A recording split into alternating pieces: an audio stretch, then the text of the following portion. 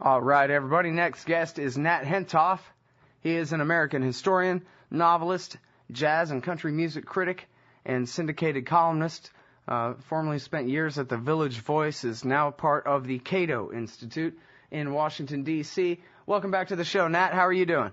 Well, I was thinking, if I listen to NPR regularly, and I'm a reporter, and if I were on the staff, it occurs to me I'd be fired. Because, like Juan Williams, because I'm a reporter, I deal factually, I give my sources, then I do the news analysis like anybody that reports something, and then the analysis is personal. That's all that Juan did. What I'm saying is I'm stunned as to what they did, and it's a self-imposed wound by the brass there that's going to take a long time to wear off. Well, you know, this is something that's been happening a lot lately in media, is that people just say things beyond the pale.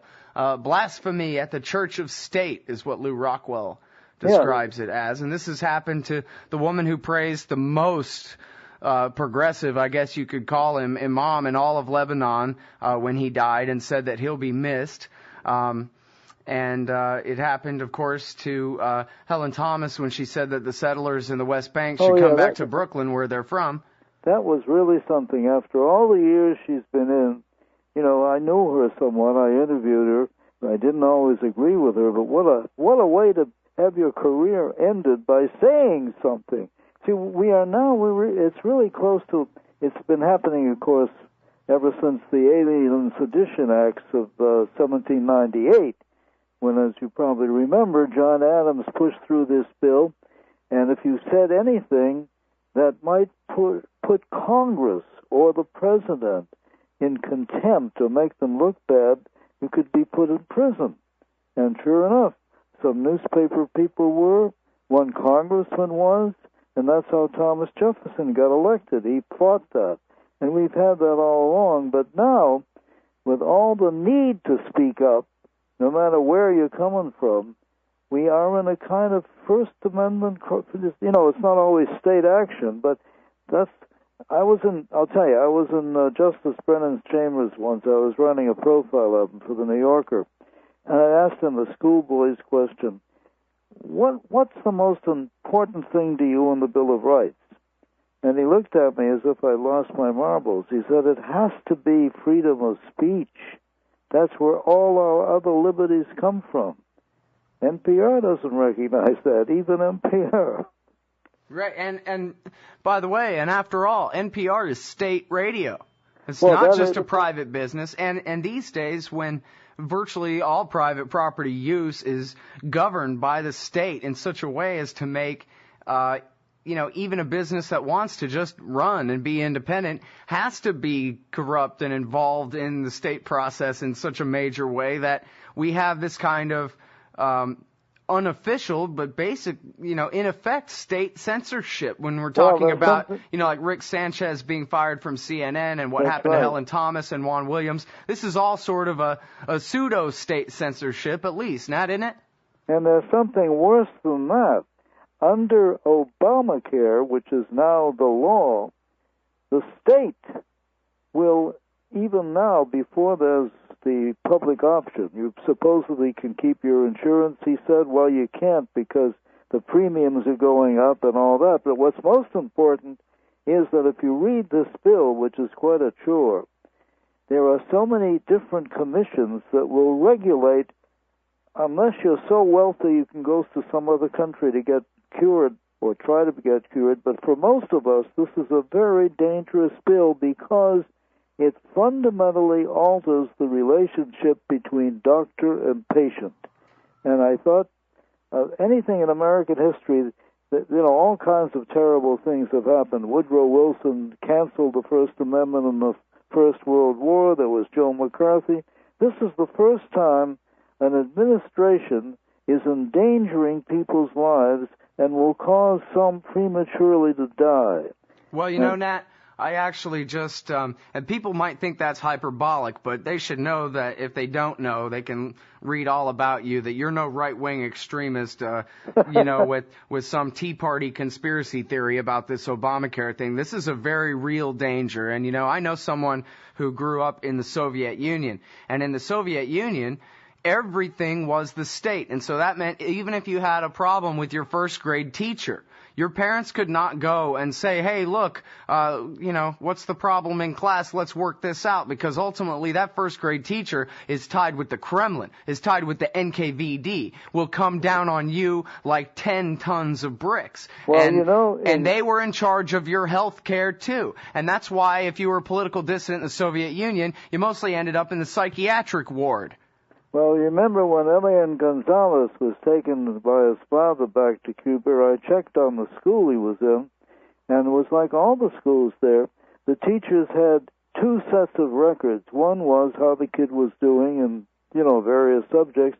The other was there any indication from that child or older child that at home he was getting some kind of information or inculcation that questioned the legitimacy of the Castro government. So that's where you had a public school that went a little deeper than teaching math and reading. Mm-hmm. Well, and any doctor could tell you, probably, any interesting one to talk to could tell you that he and his buddies could set up a doctor care delivery business that would be perfectly profitable and perfectly affordable if only they were free to do so. The whole industry already for decades has been regulated from top to bottom by the U.S. Congress. That's who invented the HMOs and the PPOs and the insurance system the way it is the insurance companies and the hospital companies and the drug companies by way of the Congress. They've made their system the law instead of making it subject to the demands of consumers. That's right, and every time I'm 85 and a half now, so I do see some doctors, and once in a while they're so rushed filling out forms, getting permission to do what they figure they should do. I'm lucky if I get 5 or 6 minutes with some of them. Right, there you go. And so, and we can all just see the basic, you don't have to be an ideological libertarian like me to see that the basic incentive structure in the healthcare industry in this country now is they make more money off of you if you die than if they actually have to provide any real health care for you. They rather find every excuse in the world to not treat you. And that's not the way market incentives operate. That's what happens when the government is the one responsible for the bill and for the direction of the care in the first place. Well, you're speaking also to a libertarian. That's why I feel comfortable at the CATO Institute. Well, there you go. Now, let's talk about this article, which is the real reason that I brought you on here. Outrage upon outrages, Mr. Hentoff. It's very hard to nail down which are the most important for covering on any given day, but you have this most important article at the Trentonian.com. That's a newspaper there in Trenton, New Jersey. And the title is To Prison Anyway, Despite Acquittal? Now, how could that be? Well, that had to do with a very important decision by a federal district judge in New York. As your listeners well know, there's been a continuing argument. What do you do with people who are alleged to be, and may be, but there's no due process because they've been held at Guantanamo? Those military commissions have as much to do with the Constitution as, let's say, Zimbabwe. So what do you do with them? And the argument is you can't put them in a federal court. Well, where else are you going to put them? So this prisoner, I don't like to use euphemisms like detainees, came before a federal district judge, and his name is Lewis Kaplan, and he said, now look here, I'm paraphrasing, the Constitution is the rock on which we stand. At least the government brought you into one of our regular constitutional courts, but one of their key witnesses is somebody they found out about from you when they tortured you in a CIA secret cell. So I'm not going to allow that witness to testify. It's what they call in the law circles the fruit of the poison tree. And so this judge has been getting a lot of flack. And the interesting thing, and I don't know that many people know this, I quoted Glenn Greenwald, who's a very perceptive, incisive commentator, usually on Salon.com, but other places. And he pointed out, and I've written about this too, under Bush and Cheney and Obama, there's not much difference between the three of them in assaulting the Constitution. There is what this administration calls the post-acquittal detention power. In other words, suppose this guy in the federal court or in a military commission, suppose he gets acquitted. Doesn't matter. Under what Obama believes and institutes, he is still an enemy combatant. The Obama administration changed the language, but that's what it means. It means you have no rights, even if you're acquitted, if the administration believes you're a danger, you're a terrorist, even though you were acquitted. So that's why, for example, Obama has been trying to buy a prison in Illinois, as I remember it, and remake it into one of those super max prisons where you cannot get out of your cell except for 1 hour a day, and you're under guard then, and nobody is allowed to speak to you or to come to you.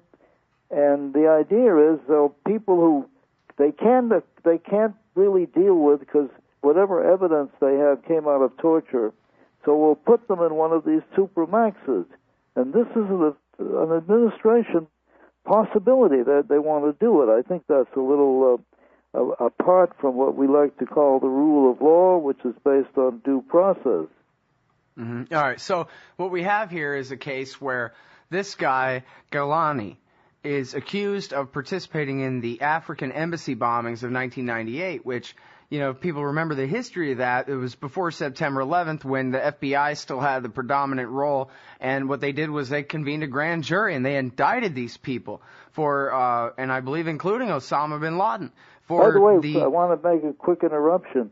The FBI in the field, when they were with prisoners both in Guantanamo and Iraq, etc., they objected to torture. And I have some of the messages they sent to this guy who's still head of the FBI and doesn't care about these things. And they have pointed out that their people know how to interrogate without torture. Right, of course, and that's the story that Ali Soufan tells in The Dark Side by Jane Mayer. That's right. That the FBI had everything under control in dealing with Abu Zubaydah, for example, and then the CIA came in and tortured him. And the less he knew, they tortured him. And the other thing is, this is something that Ben Weisner and some of the guys at the ACLU keep saying, not one person who has been proved, sometimes by evidence that the ACLU has gotten from the Department of Defense obituaries, not one person deeply engaged in torture in the field or getting their orders from on high, not one person has even been indicted, and none of these civilians who authorize it. Look at John Yoo. He's still teaching law. I don't know what kind of law, but he couldn't even be rebuked. They wanted to part of the Justice Department, but a senior official said, no, we're just going to call what he did with the torture memos back in 2002, we're going to call those errors in judgment.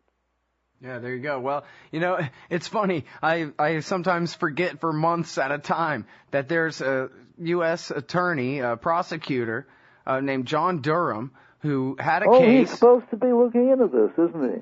Yes, well, he started off, he had the case of who destroyed the torture tapes. Yeah. And then his writ was expanded by Eric Holder, the Attorney General, to include looking into violations of the law carried out by CIA torturers or contractor torturers that went beyond the tortures allowed in the memo. And that's pretty bad because the memo says, hey, look, if you kill him, you're doing it wrong. So, yeah, that's right. and in fact, it also says, and this is highlighted in Attention Deficit Democracy by James Bovard, it also said that if you kill them, we know that you were trying, you didn't do it on purpose, and that you were trying to prevent a greater harm, i.e. another terrorist attack against the United States. So those things were built right into the memos anyway. Yeah. But then, so Durham's investigation was expanded to supposedly see if they could find where they had gone even beyond that. And then it was in the Washington Post, although I don't know if there was anything official about it, that they had narrowed the scope, that Durham himself had narrowed the scope of this preliminary investigation to see whether there ought to be an investigation to a few different examples, even though we know there were more than 100, but a few different examples where men in CIA custody were tortured actually all the way to death. And they were going to see whether those rose to the illegality of possibly having an investigation. And